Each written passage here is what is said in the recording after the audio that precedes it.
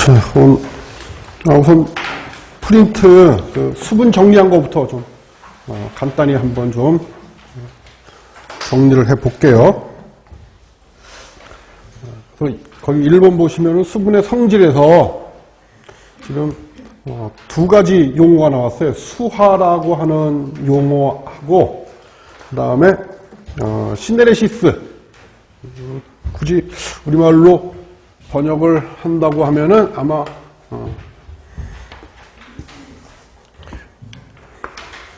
이액 현상이라고 이제 번역이 되죠. 시네리시스가. 자, 그래서 우선 수화부터 간단히 설명을 드릴게요. 자, 식품 성분 중에 노출된 친수성지. 이렇게 식품 성분이 이렇게 있어요. 그러면 이제 식품 성분의 이 바깥쪽에는 물하고 결합할 수 있는 친수성기들이 이제 존재를 해요. 여기에 외부에는 이렇게 친수성기들이. 그래서 여기에 물 분자가 이렇게 결합하는 거. 그러니까 식품 성분 중에 있는 친수성기하고 물 분자가 결합을 하는 것을 뭐라고 하느냐? 그걸 수화라는 용어를 써요.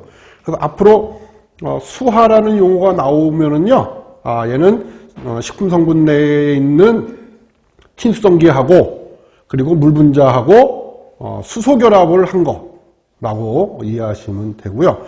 자, 그러면 이제 식품을 가공을 하거나 하는 과정. 예를 들면 원래는 이렇게 식품 표면에는 친수성기가 존재를 하고 그리고 이 식품 내부에는 소수성기가 존재를 해요. 식품 내부에는. 그런데 이제 얘가 가공을 해요. 식품 가공하는 과정 중에서 이 구조가 변형이 돼. 식품의 구조가. 그래서 이렇게 구조가 바뀌면은 이 안에 있던 소수성기들도 어떻게 되겠어요? 바깥쪽으로 이렇게 외부로 노출이 되겠죠? 그죠?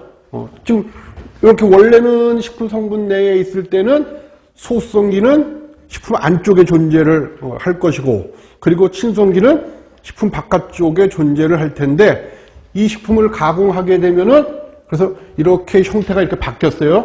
그러면은 안쪽에 있었던 소수성기들도 외부로 이렇게 노출이 돼. 이렇게. 그럼 이제 이렇게 두 개의 식품 성분이 있다고 가정을 해보면, 자, 요 부분이 소수성 부분이에요. 소수성 부분. 그러면 어떻게 했어요?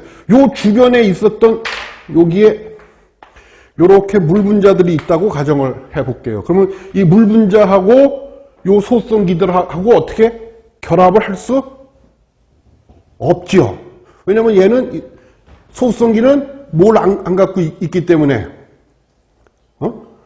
친수성기를 안 갖고 있는 상태이기 때문에 물 분자하고 수소 결합을 할 수가 없어요. 자, 그러다가 시간이 지나면서 이제 어떻게 되냐면 이 소수성기들끼리 결합을 해. 이렇게 소수성기들끼리. 이렇게. 이쪽 소수성기들끼리 결합을 한다고. 이거를 무슨 결합이라고 하냐면 이거를 소수성 결합이라고 그래요. 소수성 결합. 자, 그래서 소수성 결합을 할 때 이 물 분자들은 어떻게 되겠어요? 이 소수성기 주변에 있었던 물 분자들은 결합에 참여 못하고 외부로 빠져나오게 돼. 그거를 뭐라고 그러느냐? 그거를 시네리시스 또는 이액 현상 또는 이장 현상 이렇게 표현을 해요. 그래서 그 식품의 예로서 어떤 것들이 있느냐 하면은 거기 보세요. 전분이 호화됐다가 노화할 때 전분이 노화하는 경우 이렇게 무슨 현상? 이액 현상을 볼 수 있고요. 또 치즈를 제조하거나 또는 두부를 제조할 때 이와 같은 이액 현상들을 볼 수가 있다. 그래서 수화라는 용어, 그 다음에 시네리시스라고 하는 용어 어떻게 정리를 한번 해보고요. 그 다음에 두 번째 보면 수분의 형태예요. 식품 속에 들어있는 수분의 형태는 크게 두 가지 형태가 존재한다. 하나가 자유수고 또 하나가 결합수이다. 그런 거지. 그래서 자유수의 특징은, 자, 거기 보면 가용성 물질. 자, 지난주에 가용성 물질이 어떤 것들이 있다고 말씀을 드렸었죠? 가용성 물질로?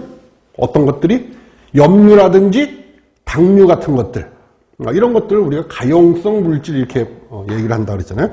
그래서 그런 가용성 물질을 용해하는 용매로서 자유수는 이용이 되고, 또한 식품이 놓여있는 환경에 따라서 흡습과 탈습을 할 수가 있겠죠. 그죠?